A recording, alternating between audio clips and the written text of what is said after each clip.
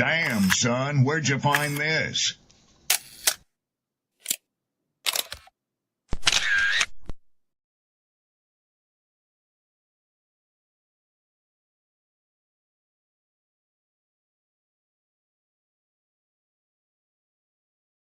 Who taught you to hate the texture of your hair?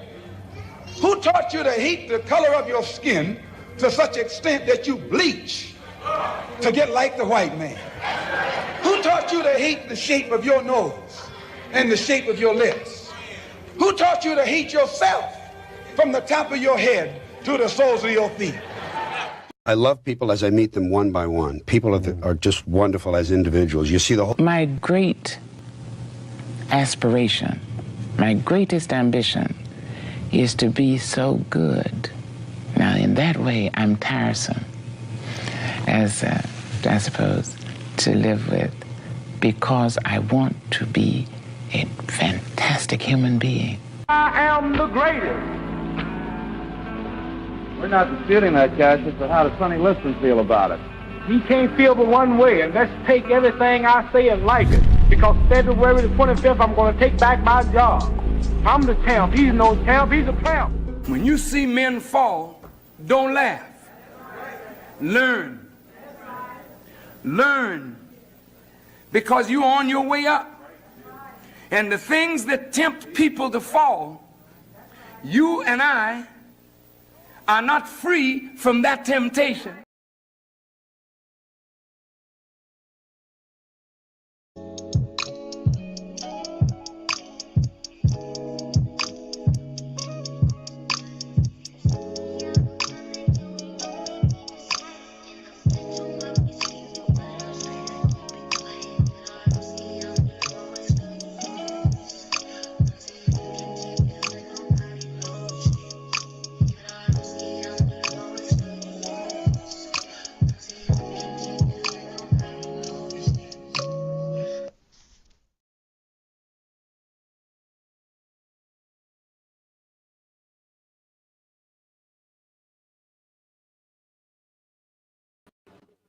All right. What's good?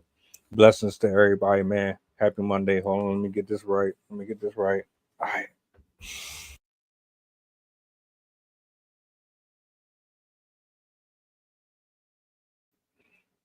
My mic been fucking with me for the last couple days. I hope y'all good though. Hold on. Let me bring this on real quick.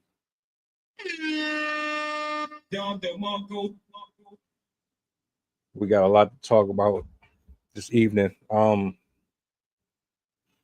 Shout outs to my right.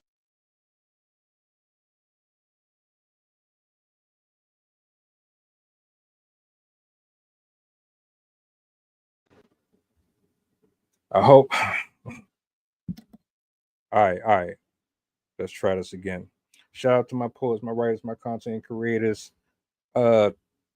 Saturday, we are spinning the block, virtual open mic, 2:00, same time, same place. Make sure you tap in if you are available. Everybody's here. Rob's here, Sydney's here. Bill is here. He just joined us last week. I'm excited about tonight's show. Not in the sense that I'm excited about the subject itself, because that's actually a tragedy. But we get to actually unpeel some layers, man, because the things that we keep finding ourselves in is tragic, it's ridiculous, and the shit gotta stop, man. It really do. Let me bring everybody up. We're gonna do a quick intro. Bill is fairly new, so I want everybody to catch up. Make sure y'all show some love to the people. If you have any questions, comments, any concerns, anything that you want to share with the panel, we respond to everybody's comments, questions. Rob, Sid, Bill, what's up? Hey, what's happening? Hi, everyone. Good to see you guys. Hello. We grown slowly but surely. We getting there. How was everybody's weekend? How y'all feeling? What's the energy? We in the game. No, it's all right. Doing pretty good. All right. Hey, you got a chance to chop it up with Sid, but you ain't get a chance to chop it up with Rob. So, Rob, Bill, Rob. Hey, Rob. Hello there. Nice to meet you. Nice to meet you too. Hey. What's up? Look, man. You see the title. I had some earlier, but I switched it out because I thought this. I already had this on the back burner, but I felt like this was more important. Because I'm kind of just over seeing the same shit happening every day. This materialistic stuff. These things that we keep on fighting over. It's crazy, man.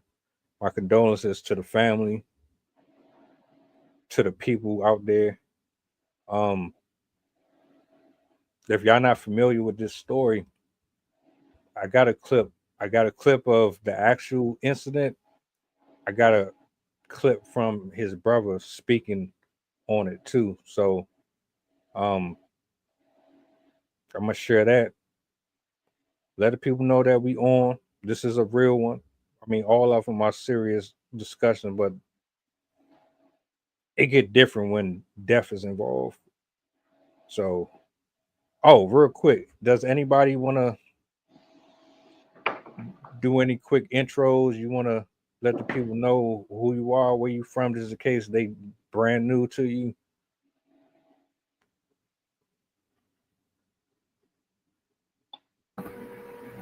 Hi, I'm Sydney.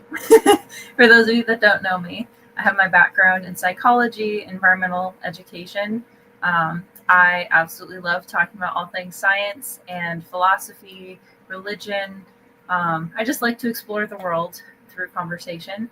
So I'm also a poet and an artist and a mother of two. So yeah, nice to meet all of you guys, and I hope you enjoy. Go ahead, Bill. My name's Bill. And I don't know. I'm not educated or nothing, but I just joined this to talk about stuff that's going on in the world because nobody in my life wants to do anything. So here I am. I'm glad you could be here. Appreciate you. Rob Harris, school counselor, elementary school counselor by day, rapper by night, hair salesman, 24/7. Outside, a bunch of new music out on all the outlets: Spotify, Apple, Deezer, Tidal, YouTube Music. Look for me if you want to see a lot of my views. You could find out how I feel through the music. And glad to be here. All right, man. Let's go ahead and jump into this clip. I'll play this first one. We'll go around initial thoughts. I'll start it off this go around, and whoever wants to jump in, you're more than welcome to.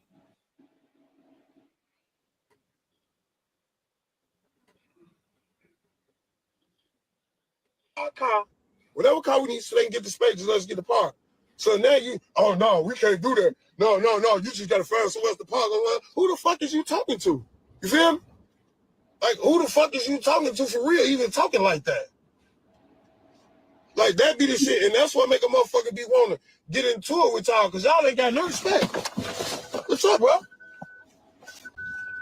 What's up? Hell no.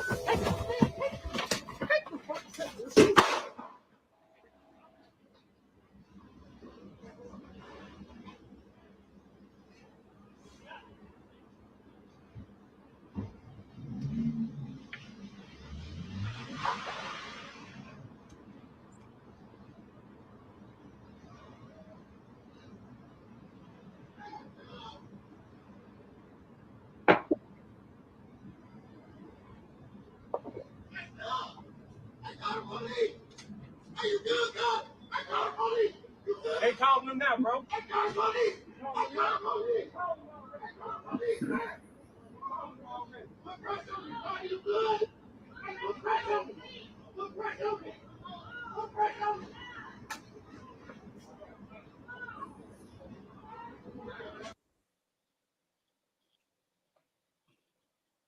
They got him to the hospital, but there wasn't nothing they could do. You know what I'm saying? And it was a wrap for him. Unfortunately, he lost his life over a chain. And the more information that came out, based on what I saw, and I'm gonna play that clip later. You know, there was other attempts on that man's life, so it's like he was already marked anyway. Any initial thoughts? Like for me personally, seeing this, from being completely transparent, it's like, damn, this shit again. This shit again. What was this really about? What was this over? Was it worth it? Did we need this? Did this benefit us? Did this make us look any more safe? Did this paint us in a better light? Are you that broke? Are you that lazy? Have you been that brainwashed? Is this what we are now?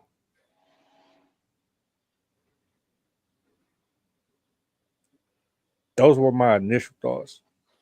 When I actually saw it, I'm like, I don't know who he is, but it's like, damn, here we go with this shit again. Here go more ignorance. Here go more these fucking fools doing this stupid shit again.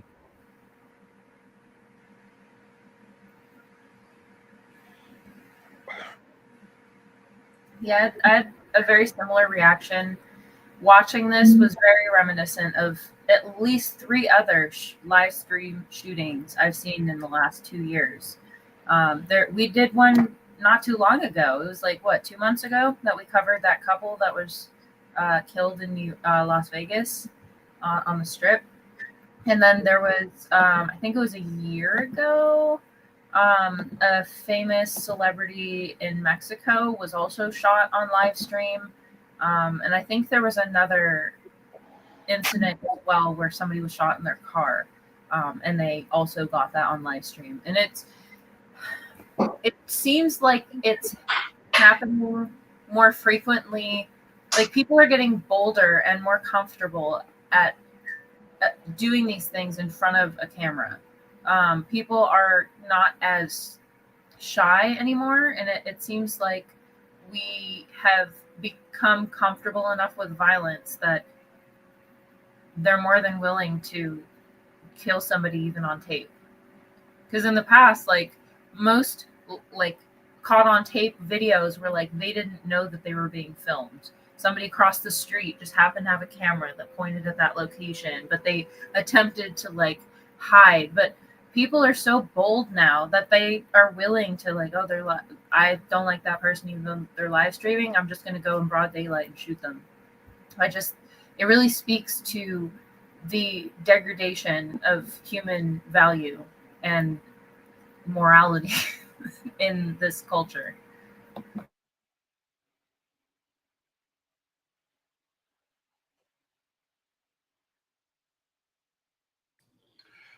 It's the same thing going on as we just got the cameras now. I don't know what it was with Obama. I remember when Obama got elected or chosen, Chicago became like double the war zone it already was. But I know with the social media, it's just happening on camera. And that's sad to see because, we don't know if he had enemies. We don't know what was going on, but clearly he seemed to be trying to do something positive. But now these I think now you're right, Sydney. They getting points. If I could get it on live, I get extra points because then the people will see that I'm about that life, and that's unfortunate because in hindsight, even if that chain was real, it ain't nothing because now you can't do nothing with it because if anybody see it, and it'll be a hassle to try to take it and bust it down. And then regardless of what, with that camera, if he had his camera out, his camera's everywhere else, so they gonna catch him. Somebody gonna say something, and now that's however many people was involved with it, all their lives is negatively affected, and that man probably had children and all. Yeah, it's a shame that people feel comfortable doing this sort of thing. You know, not only in broad daylight, but you know, there's cameras everywhere. Like, I mean, even if you aren't on your own camera, you're on somebody else's camera. I mean, they got cameras at street lights, at ATMs, you know, businesses everywhere. And it's just a shame that people, or not necessarily people, but the younger generation don't seem to really have uh, as much appreciation for another person or their life as they used to because they're so, um, I guess, they're desensitized to violence. You know, with everything being on social media, and you can put anything on the internet that you want, basically. And it's just the constant bombardment of external stimuli that just deadens your compassion, or you know, your sympathy for another person, and it's just it's only going to get worse before it gets better, which is unfortunate. Imagine going your entire life under the idea that what you're doing is popular. It's going to make Right. you. It's going to make you a superstar. Right. It's, Like the others were saying, that you know, that seems like the people that are uh, committing these crimes, you know, they seem to get a thrill and enjoyment out of it, especially if they get it on camera, because then they can prove that they actually did it. You know, like they were saying, you know, they get extra points. You know, like this is a contest out here to see who can be the biggest and the baddest. And when they get caught and go to prison, man, they're gonna find out real quick they ain't as tough as they thought they were. which is interesting because prison is a place built. That's the worst of the worst, man. It's a place built just for people like you. If you don't know how to regulate your emotions or your feelings, that's a place Exactly. just for you. Yeah. If your ego and your pride means more to you than your freedom, that's a place for you. If you don't have no compassion for human life, children, women, men, if you don't have no respect for yourself, that's a place for you. So you're going to fit right in That's right. until you find out you really don't fit in, or you realize that what you thought you wanted is not really what you wanted. Right. But you went your whole life being told that shooting people and stabbing people and robbing people and hating your own people and hating the world and using guns and death and destruction is the only way to express yourself. It's the only way to fit in. It's the only way to find your identity and your purpose. You allow the system to tell you that this is what you're supposed to be because there's nothing else to be offered to you. You stay in this box. That's it. You don't want to go to school. You want to get an education. All right. This is what we got for you: Scarface, Tech Nine, Guns and Butter, Sex, Drugs, Popularity Contest. This is what you want. You don't want to go to school. You don't want to learn about the Emancipation of Proclamation. You don't want to know about the amendments. You don't want to know about your rights. You don't know how, you don't want to know how to combat policies and deal with the politicians that constantly pilgrimage and rape us on a regular basis. What you're more concerned about is the next girl walking up and down the street who looks the nicest that particular day, who has on the freshest shoes and who has on the nicest fit, who thinks that you're an alpha male. All right, cool. Every time I turn on this camera and I scroll TikTok, Facebook, Instagram, what do I see? I see the results of superficial living being represented right in our face. This is what you get for being vain and being obsessed with your possessions. This is what you get for wanting to be competitive with people who aren't competing with you. Congratulations. I yield the mic.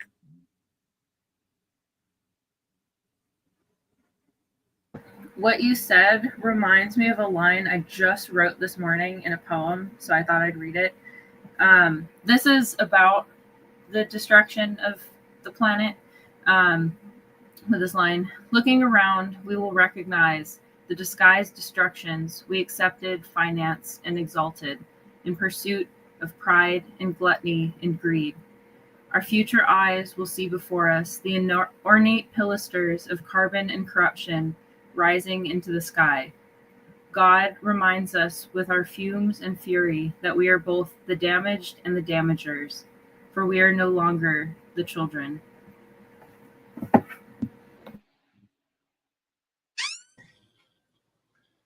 That's hard. Always. Cindy be coming with it. Thank you. Um, I'll read it when it's finished one day. Hey, good. You're welcome. I subscribe to that way of thinking way back, and my saving grace that I'm soft as toast.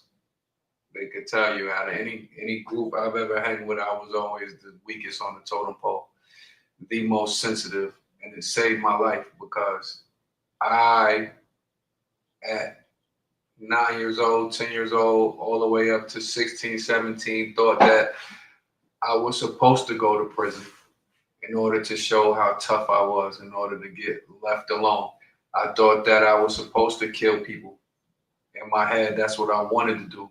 I would say things, I'm gonna kill everybody. I'm gonna go to prison. They're gonna have to lock me up 24 hours a day, because when I was in my neighborhoods, those were the people who were respected.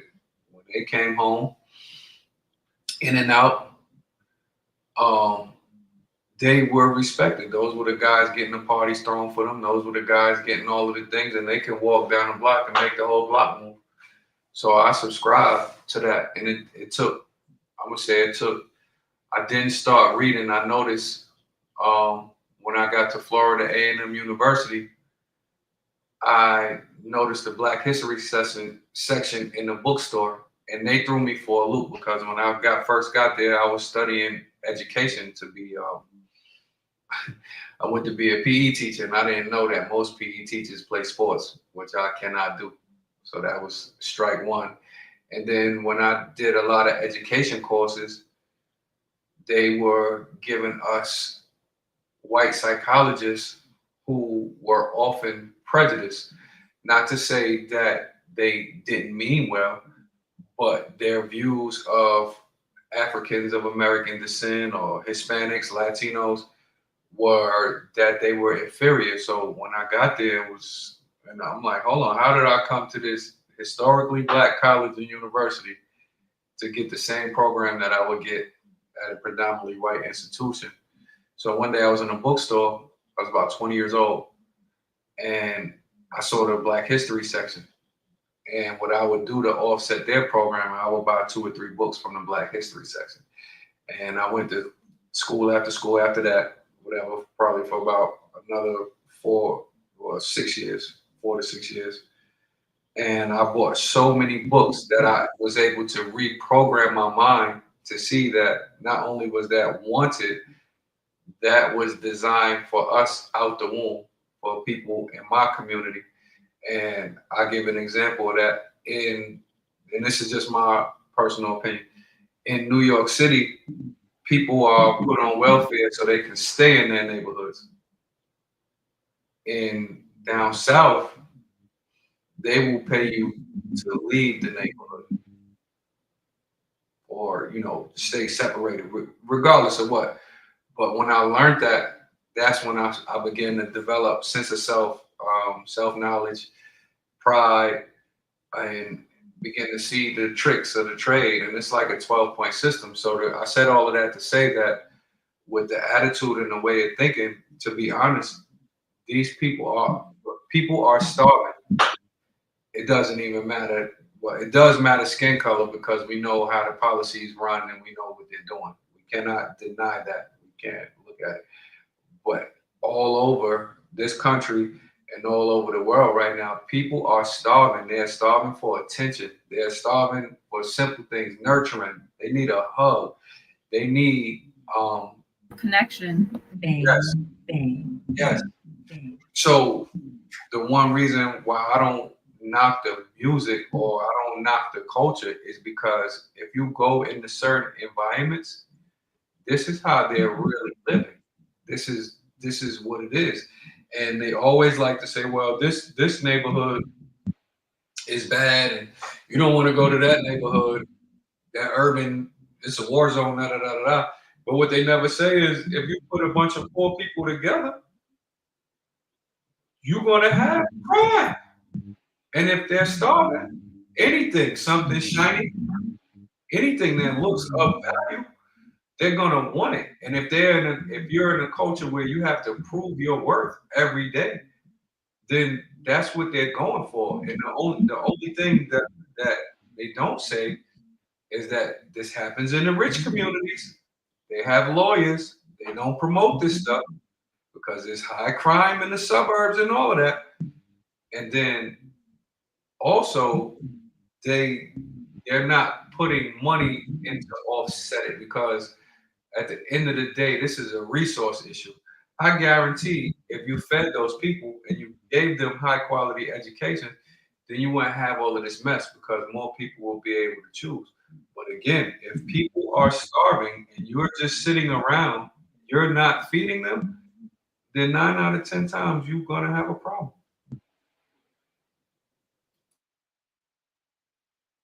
Yeah, Rob's right.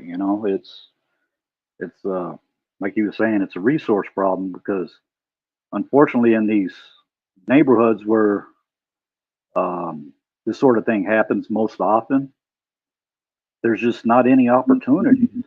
You can't get a job, because of this or that, or and you can't find a place to live. You can't afford a car. You can't go anywhere. You can't leave because you just can't afford to do it. And unfortunately, the people in power, they just don't care what happens in these neighborhoods because they don't live there. It's not happening to their friends or their families because, if they did live in that neighborhood when they were younger, they left.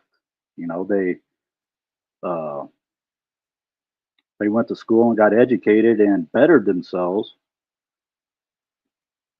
and they left. But a lot of times in these neighborhoods, it's just those options just aren't available.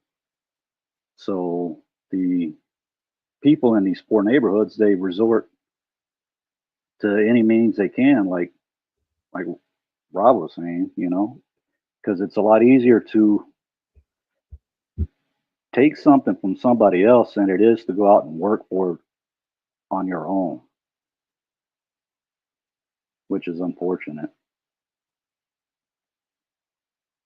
Something.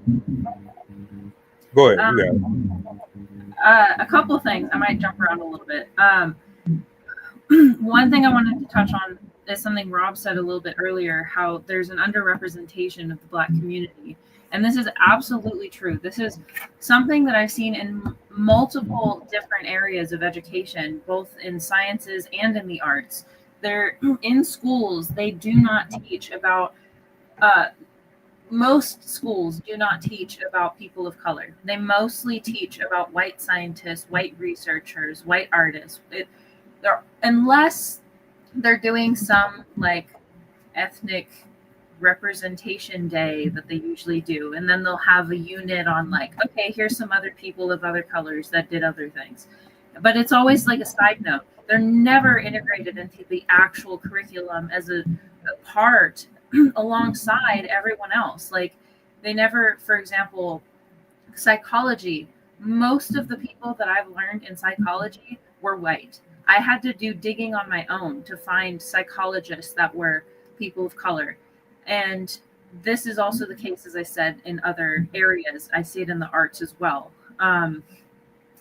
So we have this decades-long effort to squash the successes of these communities. So this is very deeply entrenched in the minds of every person that has been subjected to the society.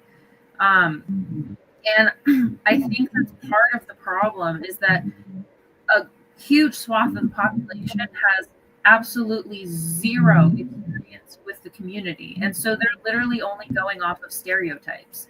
And they're from communities that are rife with those stereotypes and like to ignore history or haven't had access to that history. And some people haven't even met someone of color. So it can be hard to make a connection to communities that you disagree with. You've never even, like, if you've never heard of a famous person of a certain color, you might think like, do they do anything? What are they doing with themselves? So it takes understanding, like it takes, as we said, connection, to see that we're all just people. Like, no matter what color you are, no matter what country you're from, we all technically think the same. We all care about our food. We care about our relationships. We care about making our house as comfortable as it can be for ourselves. We care about being a part of our community and doing things that we enjoy. We're all pretty much the same. Like, there are those rare people that have some issues that they need to work through, but for the most part, we all want the same thing for each other. So I think it's crazy that we still have these separatist, segregationist type of viewpoints in certain areas. Which another thing I also wanted to touch on is something Bill and Rob also said, how we need to reallocate these resources. We have what we need to help people. We have the housing out there. We all know that we have way too much stuff, too much shit everywhere.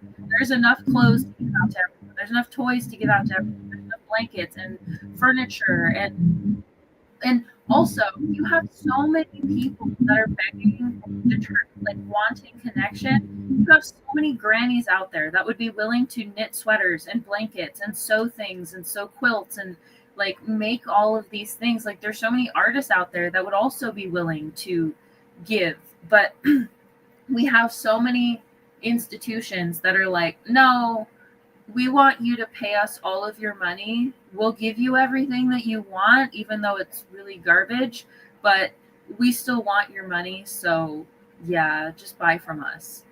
And they've taken us away from our people, the people that we know and are in our communities, and we no longer have a connection to the places we get our food and our clothes and our everything. And if you don't have a connection to where you come from or where your stuff comes from, of course you're not going to respect it. You're not going to care about everybody around you if you think that, like, oh, that person who made my shirt's dumber than me, so why should I care about helping them?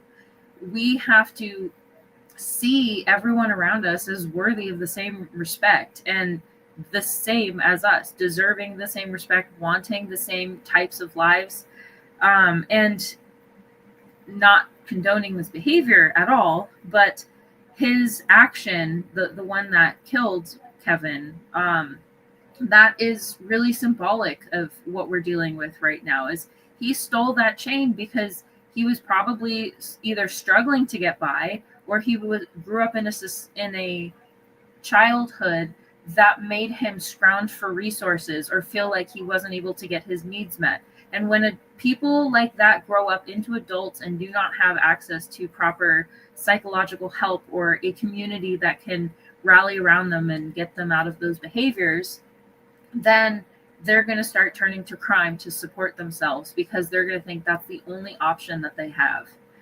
So I think this is, again, not condoning it, but this is very representative of what a lot of people are going through. This is just a sample of the stress and struggle that American people are going through right now. I'll put this on two things because I'm kind of devil's advocate here, right? Because I agree with a lot of what y'all said, but in reality, the tribe, the parents, the household, the nuclear home, even the satellite family members make a difference, like the uncles, the aunts, cousins. Yeah, I put a lot of blame on them, right? Because look, I didn't grow up in the most pleasant area either, but I didn't go outside and start robbing people. I grew up around them. I tried to fit in with them. It didn't work. I tried to sell drugs. It didn't work. That wasn't my road. I tried that. It wasn't for me. But a lot of this didn't have to do with me watching TV or reading news clips. This was because when I left outside of the house, the things that my folks taught me versus what the kids in the neighborhood taught me were completely different. They lived completely different lives outside the house. And I was fascinated. I was curious because what they were seeing wasn't what I was seeing. My folks told me if you got bad grades, you might end up getting punished or you might get your ass whooped. If you disrespected older people, you might get your ass whooped. You go outside the house and you see kids disrespecting store owners and they in a trap with grown ass men. You're like, what the fuck? Hold up. I thought I was going to get in trouble for shit like this. But you've seen people doing the complete opposite. It's like, so your individuality is developed through what you are taught in the household. As a parent, and I'm not one, but me putting myself in the position of one, I'm looking at it like, all right, I know what life is. I didn't have my childhood. I see what the struggle is. I know what bills look like. I know what peer pressure looks like. I know what bullying looks like. I know what being on the side of the leftists, and I know what all this shit look like.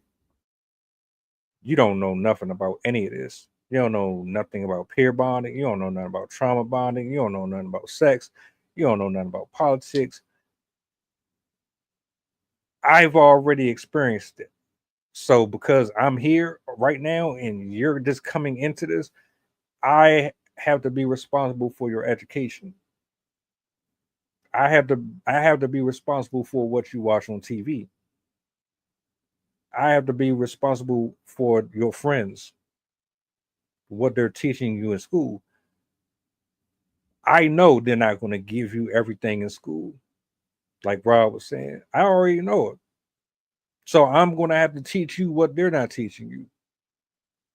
Parents have to take the extra steps to feed you what you need. But if we're not going to do that, guess what's going to happen? You're going to start to rely on other sources. That's where we go to social media and we go to these movies and this music. So for me, it's half and half. It's the tribe or the lack of community, and it's that other portion. Now, the other portion, they already know this is what we need to attack. This is what we need to starve them of. This is what we need to limit them from. Let's take away healthy food. Let's take away this. Let's take away that. Let's add this. Let's add that. Let's create these stories, these arguments. Let's create these narratives. Let's toss it into the melting pot. Let them absorb it. The rest is going to do its job. The parents ain't doing what they're supposed to do. So the offspring, they have to find something to hold on to. And before you know it, here we are. I mean, that's just my take, though. This is just a side story based on what you just said about the parents with the kids. I saw this video semi-recently, a couple months ago, where it was kids confronting their parents about their parents' use of social media and their phones and stuff like that. And one of the girls confronted her mom because her mom was always posting her on Facebook and putting her pictures all over social media. And the girl said to her mom, like, I don't like it. It makes me feel uncomfortable. I don't want to have my pictures out there. I just would appreciate it if you didn't post those anymore. And her mom looked at her and said, well, our relationship doesn't mean anything if I'm not able to post about it. Is that what you want? And I just, like, all the other parents told their kids, like, I'm so sorry. I had no idea you felt this way. Of course, I'll reduce the amount I use social media. Of course, I'll stop posting you, whatever. That woman. And to me, that really stuck out because I'm like, there are more parents like that. There are more people that would much rather do what's happy and fun for them than what's best for their children. And I think that's a tragedy that we're going to be seeing the consequences of soon, or already are.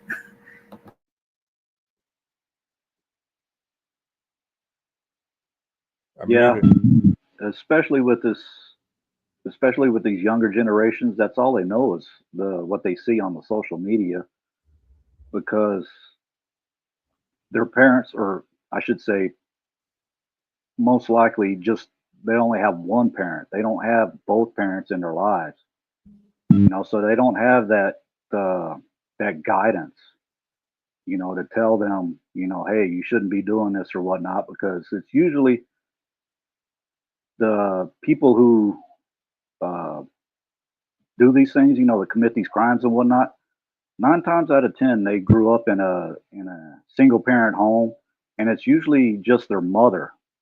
And especially with boys, the mother isn't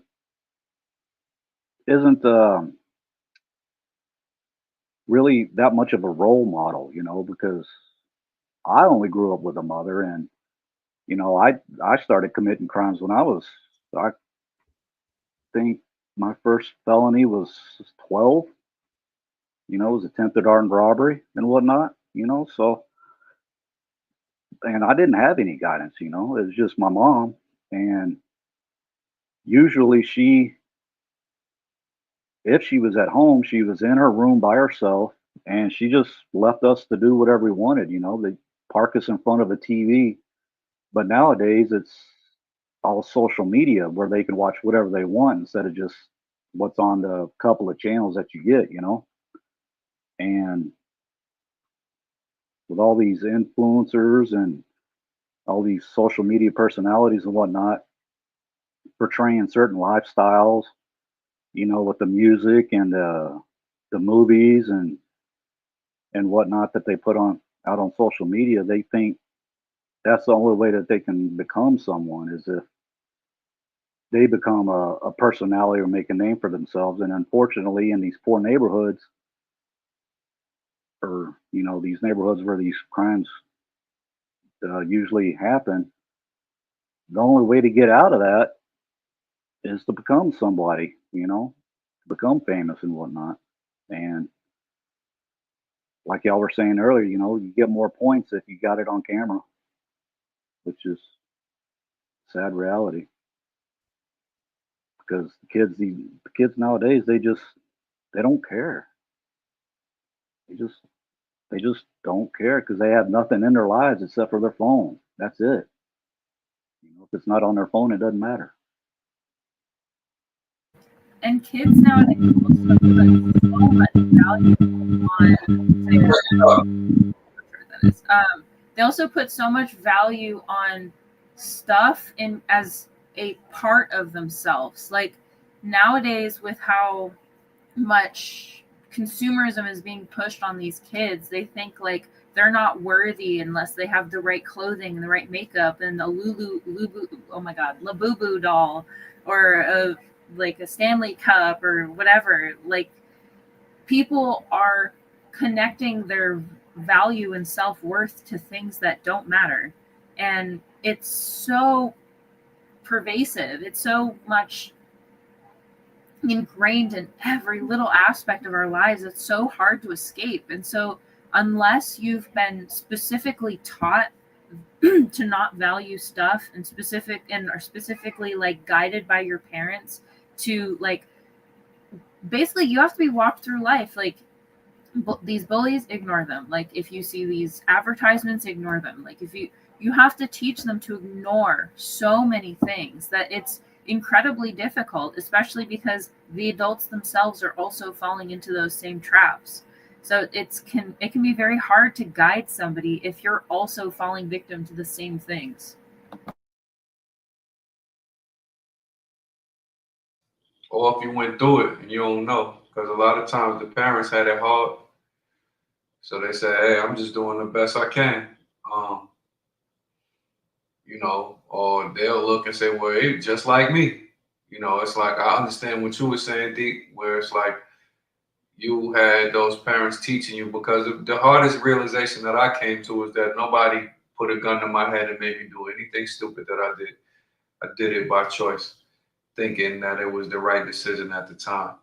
I cannot say that I did not have elders who tried to teach me, but I was so far gone, probably by the age of 8, that it didn't matter who told me I was going to go ahead and touch that. They said, "Well, that fire is hot."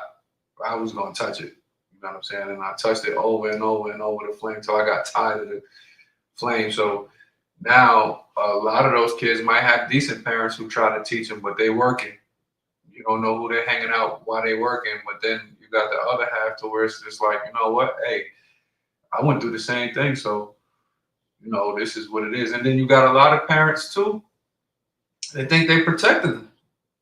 Ain't nobody gonna say nothing to mine. You can't say nothing to mine. Da da da da da. The one thing I value, but I don't.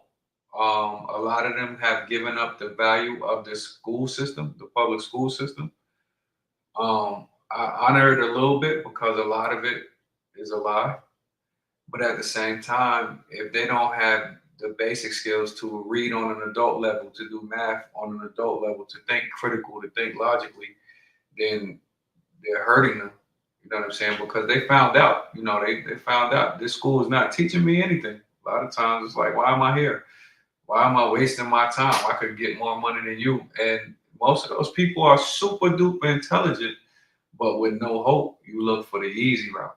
And at the end of the day, if that's all you hear all day, every day, I'm gonna take it, I'm gonna take it, I'm gonna take it. I don't knock those kids. I don't because this is what they're hearing. And what a lot of people we fail to realize is that when they wake up and they step on their porch, that's all they have. When they on their corner, when they got them 2-3 guys with them, wherever they programming them, that becomes their family. So it's as unfortunate as it is, I can't knock them because I look at it as, do you blame the person that knows better or the person that doesn't know it all? And in these cases, a lot of time they don't know. They really think that this is normal. This is the way life's supposed to be. I don't see no other way. So ain't really no convincing me. And you know, a lot of times to change a person, you have to get them out of their environment. So when they waking up, it's only ain't nothing but baking soda in the fridge, if that. I got holes in my shoes. There's dirty Pampers all over. The lights keep getting cut off. We eating mayonnaise that's probably expired, and all we got is bread and, but you know what I'm saying? If that powdered milk, yeah, you're gonna try to go get something. You know what I'm saying? I'm gonna tell you straight up, like I don't knock it, and then you know I don't even with the dealers and all that. Man, if you were starving, you gonna try to go get something, especially like you said, Bill.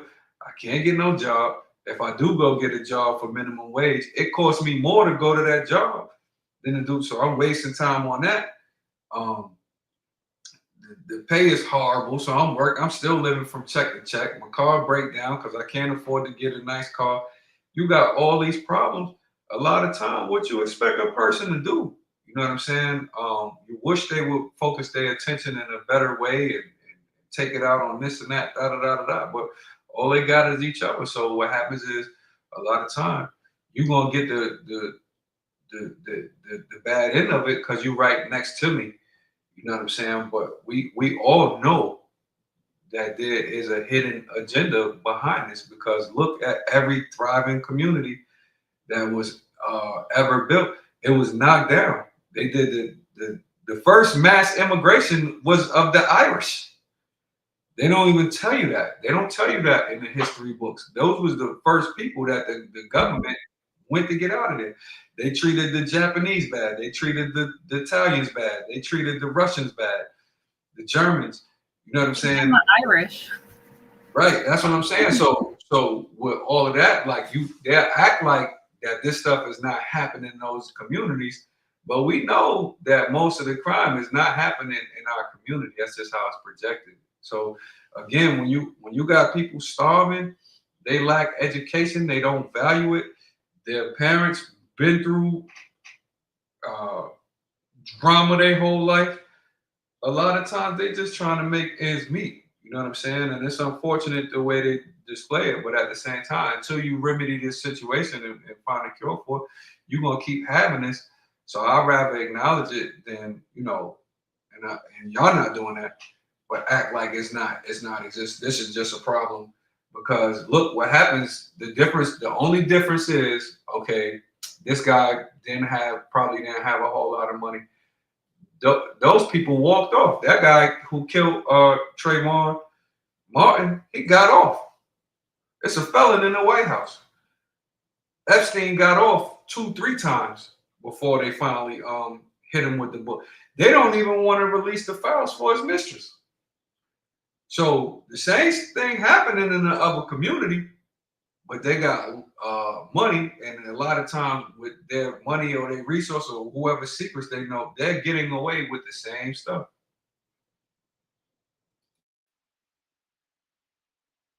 So let me ask a question.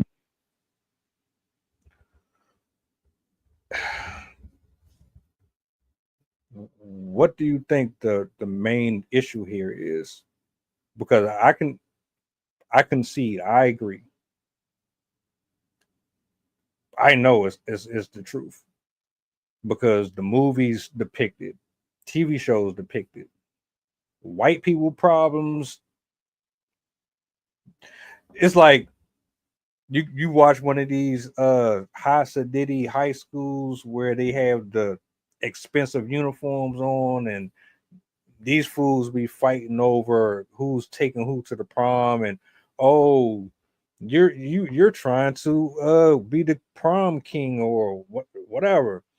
We're gonna poison your food, or you're trying to be the debutante of the ball and all that.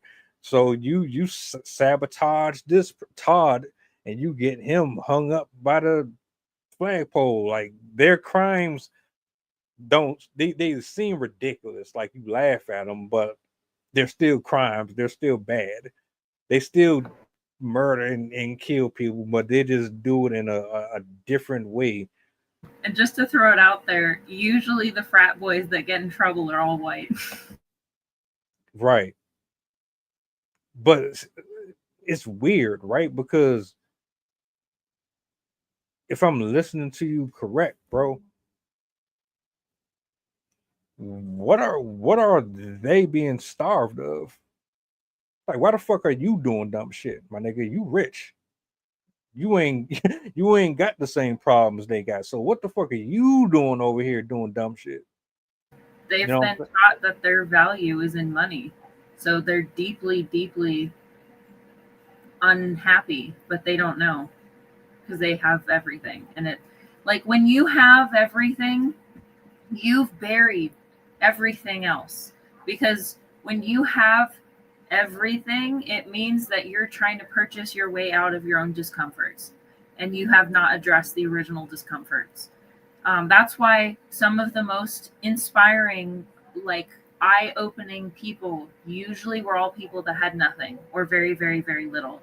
Like, it's no coincidence that the Dalai Lama and Jesus and Buddha and all of these amazingly, like, inspirational, to use one word, individuals, and they knew that they didn't need those things. That's why we find some of the worst personality types in those that are rich, because they've basically bought their way out of their discomfort, but that makes them unable to confront any sort of discomfort ever again until they do any of that work.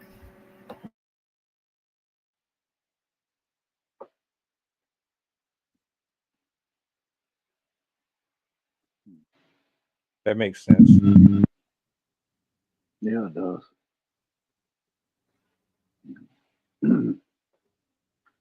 Yeah, like I don't have anything right now, and I'm probably more happy, more content than I've ever been. You know, I don't have a car, I don't have a job. Uh, I've got one pair of pants with holes in it. You know, and it's not always a guarantee that I'm going to eat every day, but I'm more at peace with myself because I did a lot of soul searching, and I don't personally, I don't need much. I don't need anything really, you know, and it's just unfortunate that a lot of people can't accept having less because of all of these outside influences and whatnot, you know, because all they see is consume this, you got to have that, you know, you need this, you know, you're not anything unless you got money or you know the designer clothes and stuff. And even as a kid, I saw that, you know, kids would make fun of me because I'm wearing, you know, brand new school clothes, but they were brand new from the secondhand store, you know, from the 70s, because I grew up in the 80s, you know, and I was always getting made fun of. And then when I started getting a little older, you know, I fell into that trap. You know, I got to go get this, I got to go get that, but I didn't have the money, so I had to go and take it. And unfortunately, that led me down the wrong path. But along that path, you know, I realized that that's not who I wanted to be. You know, I don't, and a lot of people just all they think about is material possessions, like Sydney was saying earlier. You know, that's, and unfortunately, it's just going to keep getting worse and worse, I believe, because as uh, the people that are starting to have kids, they that's all they see and that's all they think about. And then when they start having kids and raising them, if they teach them anything at all, that's what the kids are going to be learning is, oh, we got to have this and we got to have that. And it's sad to see. It really is. Yeah, people, anything we need, attention. They need nurturing because a lot of times their parents ain't there because they working. Look at the superstars kids. A lot of times be going crazy because they're never there. So it's got to become a balance to where, okay, I'm there, I'm actually spending time with you, because you could have all the money in the world but you wasn't there to teach me to tie my shoes, or you gave me everything I wanted because you wasn't there. So now I can't take no, I can't take rejection, I can't take this and that. So they're starving, for a different style. It may not be food, it may not be, transportation, but at the same time, they need they need emotional support. So it's crazy. Um, I'm listening to Bill, and that saddens me because here you are, super intelligent, change your life, and it's hard for you to figure out where you're going to eat. Just imagine a person that cannot think critical, a person that cannot think in sequences, a person that is not able. You've taught yourself how to survive off the land, and you can survive with little to nothing. But now imagine that with whole families, and they're starving. So now they're being neglected, a lot of times abused, or even as kids, in our community at 12, 13, you become the man of the house. So if you don't have anybody showing you, hey, get up and go to work. This is what you work. Hey, you never get everything you want. Hey, you know what? You have rainy days. Everything doesn't go your way. You got to push through. If you're not that kind of self-inspired person where you're saying, hey, I'm gonna push, and you don't have that, a lot of times you have no hope. And once you're hopeless, it doesn't matter. And unfortunately too, what's funny? A lot of spoiled kids are ending up in these situations because they think that the world revolves around them. So what happens is, a lot of times in these cases, those kids grow up in two-parent homes. They're just fascinated with the streets, and here they go. They gotta see it through to prove. And you have this never-ending cycle that repeats. And then you're looking at this situation where our government will spend $8 billion on a jet plane with a rocket on it, but they won't pay the teachers. You look, as much as they gave the Ukraine, no disrespect to the Ukraine, um, billions and billions of dollars, but they won't do anything to fix homelessness. You cut people's food stamps. You cut people's ability to stay on WIC, to stay on Section 8. Okay, yeah, some people that may not deserve, they might be milking the system. But at the same time, most of those people need these services. So what do you do when you cut? You cut that, but you provide money for a war. So when we moving backwards and we seeing stuff like that, it's like even something as simple as the current president calling people names. That's like back in the 50s, the 40s. You calling people a scum of the earth. You calling people stupid. Da da da da da. You might for the black folk, you might as well say the N word. You know what I'm saying? That's what you want to say. This is so when people seeing this all day, they get into a negative state, and it's looking like, hey, you know what? They on it, so why am I not on it? And I could tell you this. Money don't mean everything, especially when you got things like violence. You can have all the money in the world, violence gonna trump that, because anybody could be touched. So a lot of times when you running around these neighborhoods, you know what? For what I don't have, I will make up in violence. I bet. You know, you might look at me funny or whatever, but guess what? When I come down this block, you better move. In these stores, you are not safe. And where does that? That's just a reflection and a projection of the fact that guess what? I'm in fear of violence. I grew up in violence in my heart, and nobody with money came to save me. So I don't care what you got. And as a matter of fact, the way they got it, you know what? Or you think you're gonna make it out, or you think you're gonna have something, and I'm over here and I don't have it. And if I think shortcuts, you're not giving it to me free. Oh man, I'm gonna take it. You know what I'm saying? And I understand it. And Bill, you proved that this doesn't matter skin color, it don't matter the language you speak. It matters the what's going on in your house and the way you take things and the way you comprehend things and you choose to express yourself.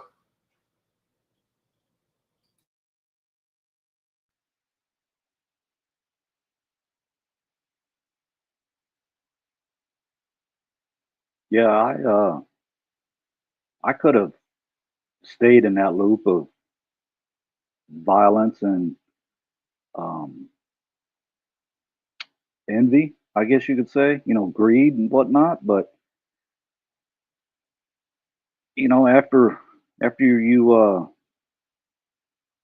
you experience those things, the consequences of doing those things to get that stuff, um, a lot of people they don't care about the consequences. But me, I didn't like it. I didn't like the person I was and whatnot, and I didn't want to be that person anymore. So I decided, to change. But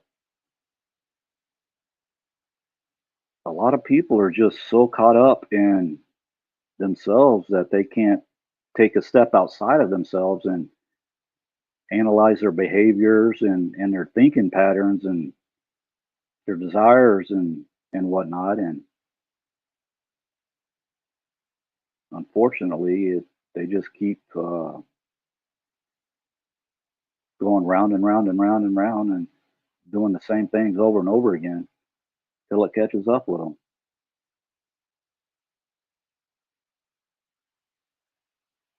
Couple things that I learned. Couple things that I learned in this life that humbled me a lot. It was watching the struggle. It was being taunted. It was being ridiculed and judged for not having the things that other people had. And then watching people appreciate what they had, even though it wasn't much. Making something out of nothing. Them sandwiches, them grilled cheese sandwiches, that goulash. When you had to throw everything in one pot to make it stretch for a few days. Yeah, I know all about it. Made me respect the plate more. Don't be wasting your food. You know what I'm saying? A part of me is like, you still know better. You still know right from wrong. Unless you're saying that these men and women out here are diagnosed with something that prohibits them from accurately assessing good and bad, then to me it's just an excuse. It's just an excuse to do stupid stuff out here and then blame everybody else. This is probably the part of the conversation where I'm just not going to say, "Oh, I understand you," because you had it hard. Because at the end of the day, you're smart enough to load the clip. You know what them weapons look like. You know how to clean them. You know how to take them apart and put them back together. You know what a gram is. You know how much you got to sell to make a certain quarter. You know how to meet that mark every week, then get it back to the plug. You know how to identify who is from your neighborhood and who's not. You know how to scan the perimeter and see the dress code and determine based on if their hat is forward or backwards if they're from here or not. You got awareness. You just choose to live this lifestyle because you're lazy. You're lazy. You're bitter. You're upset because of the starvation that you're not being fed what you want, and you're taking it out on everybody else. Some of it did put you at a disadvantage, but once you hit a certain age, there is no excuse. I don't know the verse, but I know at 12 or 13, once you hit a certain age, you are absolutely responsible for your choices and decisions. And that's the part right there that I just can't let slide with this. Yeah, I understand. You had a crappy upbringing. Bill just shared something that he didn't have to. His wasn't the greatest. Mine wasn't the greatest. But at the end of the day, we still have the option. We still have the choice to walk through door 1 or 2. And I'm actually grateful that I didn't have the luxury to have someone chauffeur me around or open my door or cater to my every beck and call. I didn't have a cook and all that. No, I'm glad I wasn't given everything right away. I'm glad I'm not spoiled. I'm glad I got to see the ugly side of having everything. This year alone should already teach people that having everything don't mean nothing. Look at all the stories, all the trials. So you can have everything. I understand when it says you can have everything and lose your soul to the world. I know exactly what that means now, truly. My man lost his life over something superficial. What you said is 100% how I feel as well. Like, I've said it before, my dad had a stroke when I was 12. I had to help watch him and be part of his rehabilitation and go through the process of watching somebody I didn't recognize turn into somebody different than the person I knew before.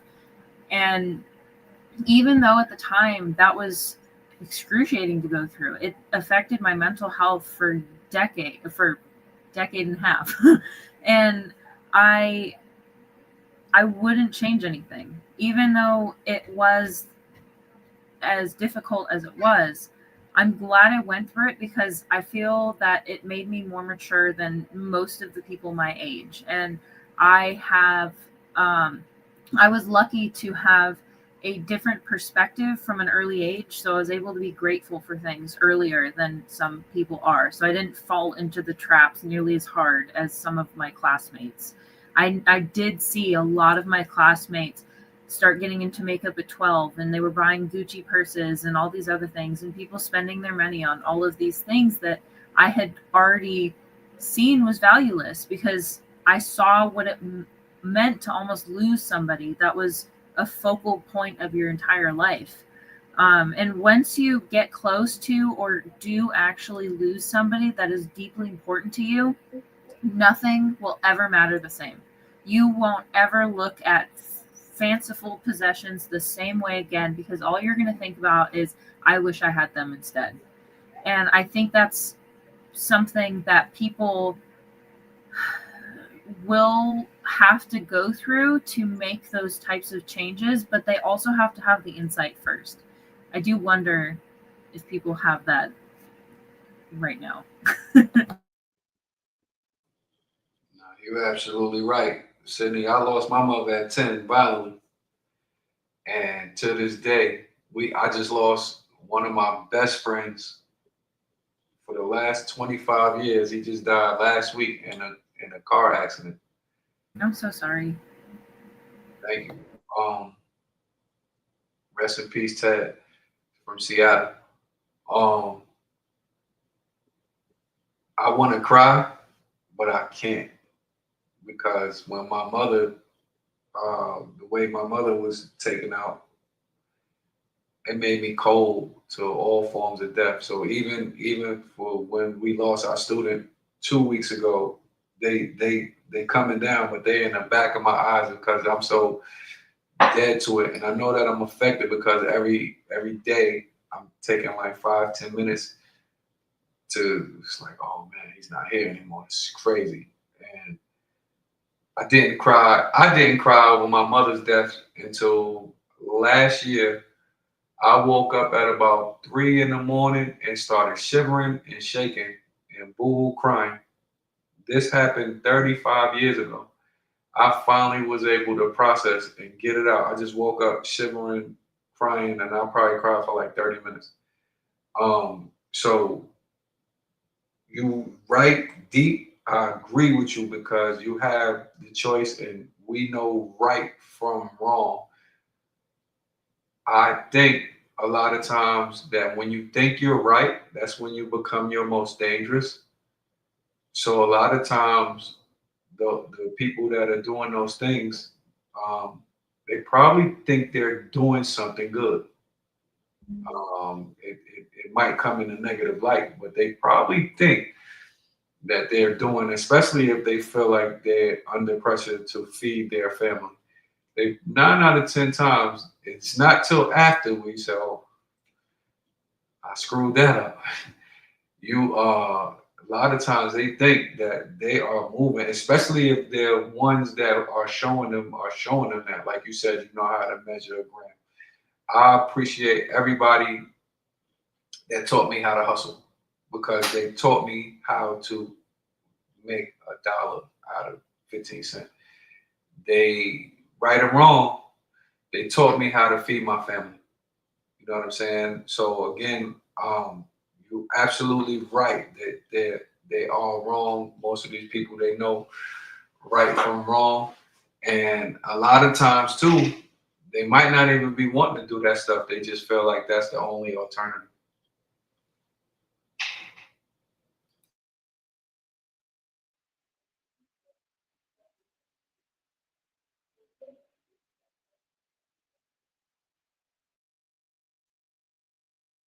You know, it's unfortunate. It's very sad, man. When this all boils down to it, revisiting my initial thoughts, opening up the stream. Imagine you going your entire life believing in something. Nobody can convince you otherwise. You know what you know, you know. That's just what you stand on. And then you die. And then everything is revealed to you. And then you realize you were punked. You were played. Your whole reality was false. You get shown every single thing. Every time the enemy manipulated you, every single time you had the opportunity to go left and you went right, you get shown your entire decision making, everything. And it's like, damn. Yep. I'm guilty. Yep, it's on me. You putting it right in my face. I can't really deny it. That's got to be the worst feeling. It has to be. And right now we're still alive and breathing. We can still humble ourselves and say, all right, man, maybe just maybe I don't know what the fuck I'm doing or what I'm talking about. Maybe I need to go ahead and make myself available for other options and opinions and views because what I'm doing ain't cutting it. It's the same thing every day. Death, guns, disease, death, guns, disease, pregnancies, celebrity gossip. It's the same rotating conversation over and over again. And it's like, all right, by now, you would think that people would understand that there's a pattern here that we're following and something needs to change here. But clearly, we're not seeing that. And I think that comes from having a reprobate heart and you're just rebellious and you just want to live the way you want to live it.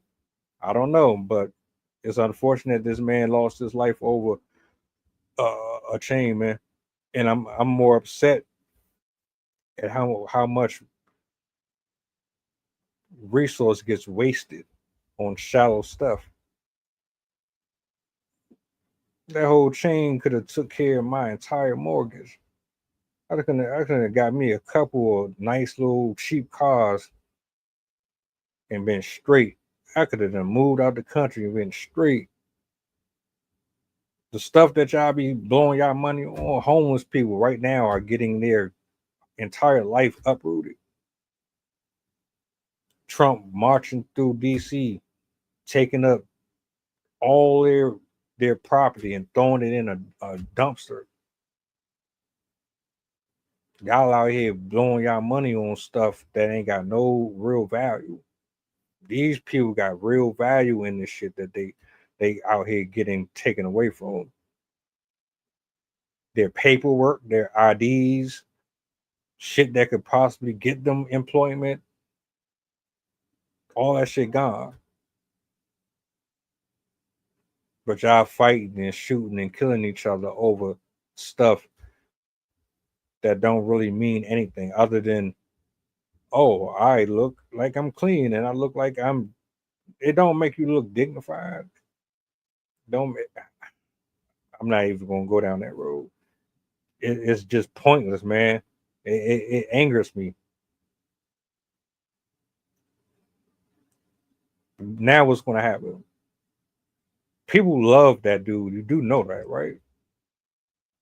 I don't condone violence, but you do know people actually love that man. The way they talking about this on social media, you know people love that man. So guess what's gonna happen? Retaliation.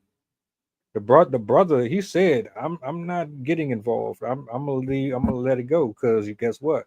There's other people that's probably gonna end up. I'm not incriminating nobody. I ain't gotta do nothing. I'm gonna pray for y'all. You know what I mean? Matter of fact, if y'all got anything that y'all want to say, I'm gonna play. I got one more clip I want to play, and then I'm gonna close out. But I'm gonna turn the mic over to anybody who wants to speak. It was heavier. I figured I'd read one of my poems that I thought would kind of match with the feel and the topic. So this one's called Only a Moment. And okay. Kindness is the light of the soul. In the moments we slump, concrete plastered to heaving cheeks, the skull briefly succumbing to the resistant creak of the world. Ring circus parades announce dismay. Brilliant fatherless fireworks displays. Hauntings of mothers past. Self-deprecate mirrors only reflect back. Yet, even when the indomitable lay withered and gray, a sapping bestowal, prying life's joys from the fingernails. But in a single connection, a benevolent, platitudinous interjection, a champion's moment abroad, or the love of a simple pause, becomes efflorescence. Registering our tender substance becomes jijivisha.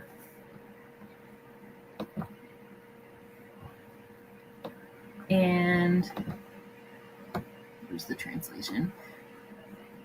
Jijivisha is the willingness and desire to continue life for the sake of living life. Nice, nicely done, nicely done. Anyone else, or are we good? I do have the clip here. I'm gonna bring it up. Let me see. This is the brother speaking. This is a part 2. I didn't find part 1. I'm just going to play part 2 just because I wanted his voice to be heard. And thank you to everybody who tuned in tonight. I appreciate y'all for tapping in with us.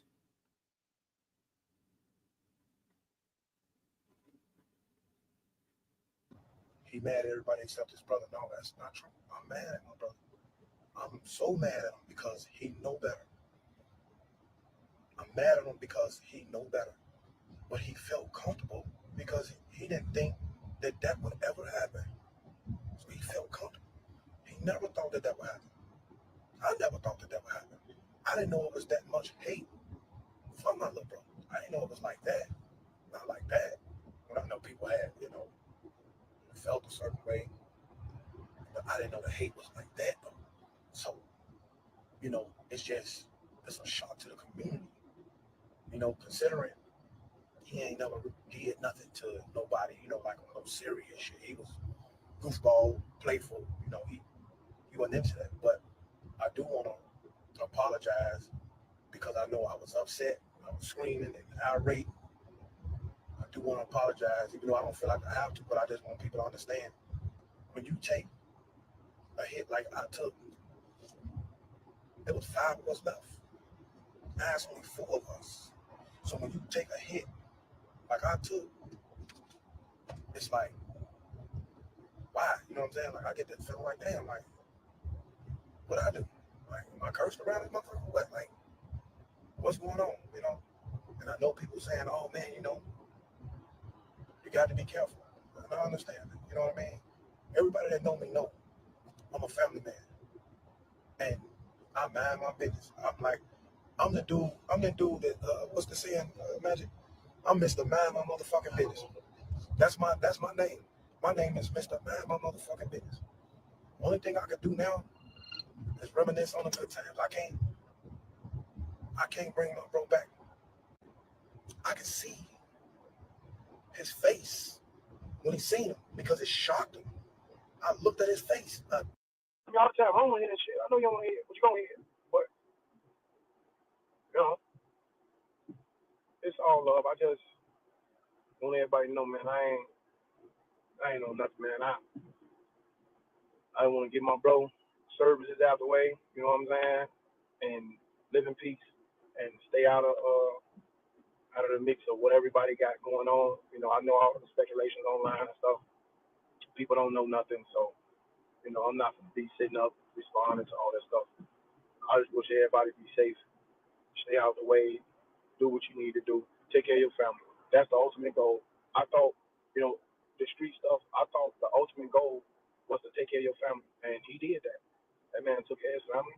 He loved his baby boy, and that's all I know. He didn't have a bad bone in his body. That nigga didn't have a bad bone in his body.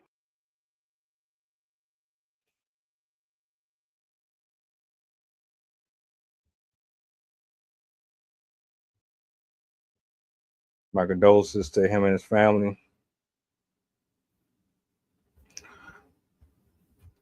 I pray we wake up at some point and understand the control and the manipulation of the enemy, the true enemy. It's not really us until we actually see that. Like Bill said, it ain't gonna get no better. It's only gonna get worse, unfortunately. So hug your loved ones tighter. Have more conversations with them, more important ones. Don't take that shit for granted or lightly. You might plant a seed that might change everything. You never know what a good word can do for somebody. Shout out to Bill, shout out to Rob, shout out to Sydney. We'll be back tomorrow, same time, same place. Mia gonna be in the building with us tomorrow. So salutes to everybody. Like, share, subscribe to the channel. Y'all enjoy the rest of your evening. Be safe on the road. Do me a solid before you go. Good night, guys. Yeah. What's the goddamn button? Peace.